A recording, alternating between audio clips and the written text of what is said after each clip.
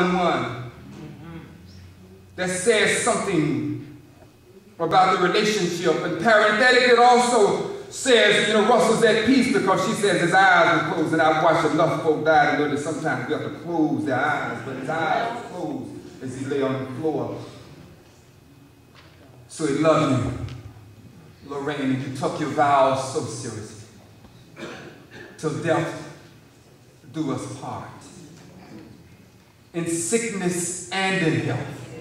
You know, you called when he was in the hospital and said, Russell's over here, and you know, I go by and see him. You took your vows, you lived your vows. Where's the consolation? The consolation is also in the symbioticness of the relationship with his family. You know, he loved Lou Will. He couldn't, you know, he always talked about you. Both have already been saying that, so I don't need to keep saying it, but you know, he loved you. He talked about Lou Will. You were his heart. Love you. And then when you think about West Virginia, he loved West Virginia. Matter of fact, since I met Russell, I never look at West Virginia the same. I always think about him when I think about West Virginia.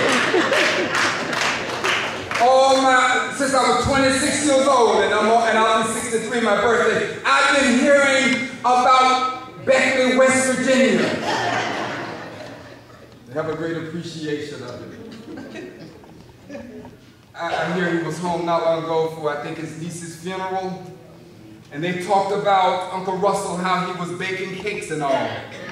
And I guess getting them flat or whatever, but baking cakes. In other words, he gave and you all gave right back to him. You gave and he gave right back to you. There was a give and take with the love. That's the way it was. He loved you all. And those who, and I don't want to ramble on, but I hope I'm okay. But if you've known Roberta, his sister Roberta, and seeing their relationship, whenever she came to town, I was always happy to go by his house and pick food, whatever.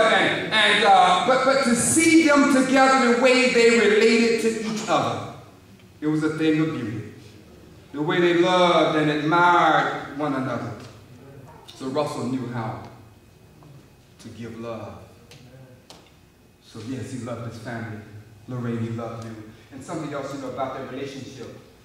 You know, it says something, Lorraine, also when Russell wanted to visit Alberta, his ex-wife. He said to you he wanted to visit her. And, you know, some folks probably couldn't have dealt with that. You said, that's fine, that's okay, go on. That's what we call the element of permission. You said, that's fine. She's sick in Rockville. He went to see her. You had no problems with that. So he didn't have to have that on his mind, that he wanted to see her. He loved the lay council. I know we've heard about it. Put so much into it. Going back and forth. Conference director, district. And I sort of grew up a little bit watching that lay council, meeting a little bit at Trinity and Zion Church and all. And I wouldn't begin to call names because I'll leave some names out. But you all who were there would know. Love the church. Chairman of the trustee board, when I was there at Brentwood, and we were talking about that last night. Chair of the trustee board, and all the things we did. Lay council at the church. The gospel corps leader. Y'all remember the gospel corps leaders? All right, some people remember the gospel corps leaders from Brentwood and Zion Church, and I'm not remembering too much, but I'm reminiscing a little bit. He played for the gospel corps leaders and never accepted or asked for 1 penny from Brentwood and Zion Church. That's him? Never accepted 1 penny. But you know, he loved Brentwood and Zion Church, and he told me, I think Clinton was you who said that he was a member of several churches at one time. Amen. But you know, he told me, I will never move my membership from Brentwood and Zion Church. And let me tell you why. There's a Hebrew word, timshi. And basically it translates into thou mayest. And that word says that no matter what you've done in your past, no matter what has happened, you can start a new day right now. If you've done something negative, you can in this moment do something positive. And of course, that's what we get the call to worship. That's what we're talking about every Sunday. So this verse, or this word, says that you can be better than what you are. And it refutes predestination. So, you don't have to be tied to something. Psalm,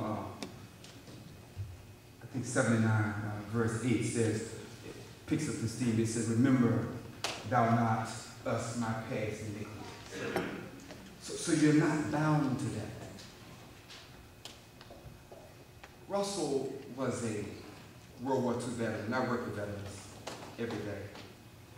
And I know that sometimes when you've served during wartime, you know, there's a lot of stress and pressure. He served during World War II. And we deal every day, and you hear on the news with some of the things that our soldiers and military people are going through. And I see and know some of the behaviors. For instance, I was in the Army in 1969, and I remember that every day we were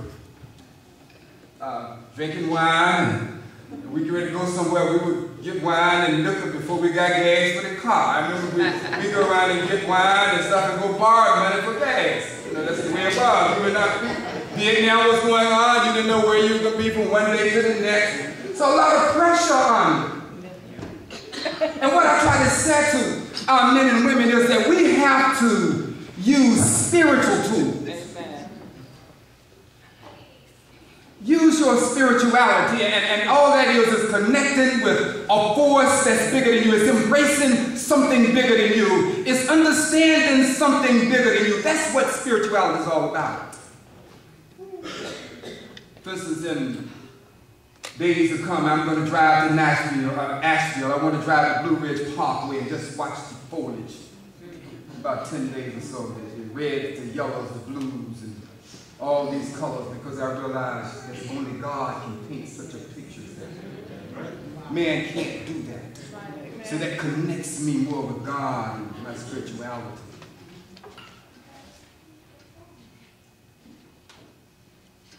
Russell, for those who know him, had an alcohol problem at one point. And he was about to kill himself, to drink himself to death. And then he said to the pastors, if we worry sometimes about our Bible studies, if we wonder about our sermons, if we wonder about our work, is it making a difference?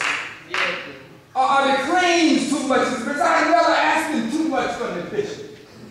I get tired of paying all these dues. And the membership by the trustees giving me difficulty. It's hard to pastor. No one's coming out to this meeting or that meeting. Got to beg folk to do this. If you ever get jaded, if you ever feel and wonder sometimes, is it all worthwhile? Let me give you an example that it is worthwhile. Let me explain. Reverend Grayson Kelch took James Russell Toler in his arms like a baby. Picked him up and said, you're going to get some help. You're going to get some help. And that turned his life around.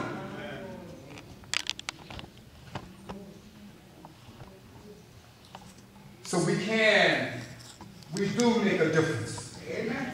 So when you saw him playing the piano, when you saw him in the lay council, when you saw him leading the choirs, what he was doing was exercising his spiritual tools.